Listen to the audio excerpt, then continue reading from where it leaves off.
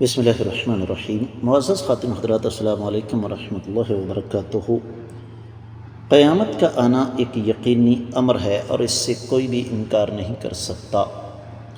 قیامت والے دن سب سے پہلے کس مقدمے کا فیصلہ ہوگا، یہ ہے ہمارے آج کے حدیث کے سبق کا موضوع۔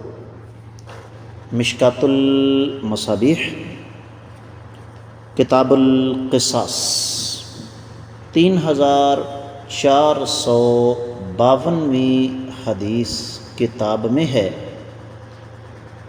جبکہ دوسری طرف تیسری باب میں الفاظ سماعت فرمائیے گا۔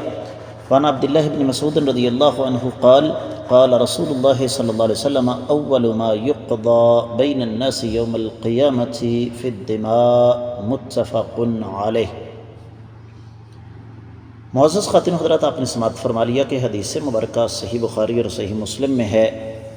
تفصیلی حوالہ آپ کی خدمت میں رکھ رہا ہوں۔ صحیح بخاری کتاب الدیات اور باب ہے پہلا، 6864ویں حدیث اور 6533ویں بھی ہے۔ صحیح مسلم میں 4381، سنن ترمذی میں 1396 اور 97، سنن نسائی میں 3996 اور 97، سنن ابن ماجہ میں 2615 اور 17۔ حدیث کی سند پر کسی قسم کا کوئی اعتراض نہیں ہے۔ ترجمے کی طرف بڑھتے ہیں، اور ترجمہ حدیث کا یوں ہے کہ سیدنا عبداللہ بن مسعود رضی اللہ تعالیٰ عنہ فرماتے ہیں، قیامت والے دن لوگوں کے درمیان سب سے پہلے خونوں کے بارے میں فیصلہ کیا جائے گا۔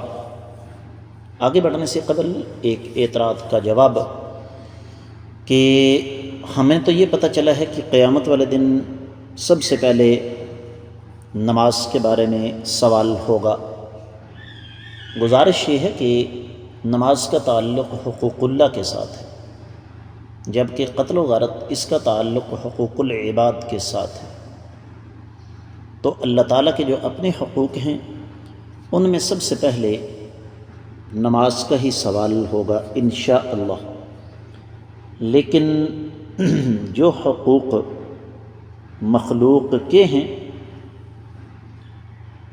حقوق العباد، ان میں سب سے پہلا سوال خون کا ہی ہوگا۔ بعض روایات میں آتا ہے کہ سیدہ فاطمہ رضی اللہ تعالیٰ عنہ سب سے پہلے، سیدہ فاطمہ رضی اللہ تعالیٰ عنہ اپنے دونوں صاحبزادوں سیدنا حسن اور سیدنا حسین رضی اللہ تعالیٰ عنہما کے خون کا دعویٰ کریں گی۔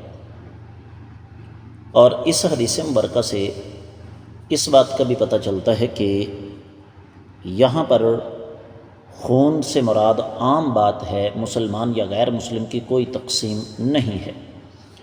اور اس سے یہ بھی پتہ چلتا ہے کہ دین اسلام کی اساس اور بنیاد تقوی ہے، اللہ تعالیٰ کا ڈر اور خوف۔ اور اس سے یہ بھی پتہ چلتا ہے کہ شریعت اسلامیہ خون ریزی سے کس قدر سختی سے ہمیں منع کرتی ہے۔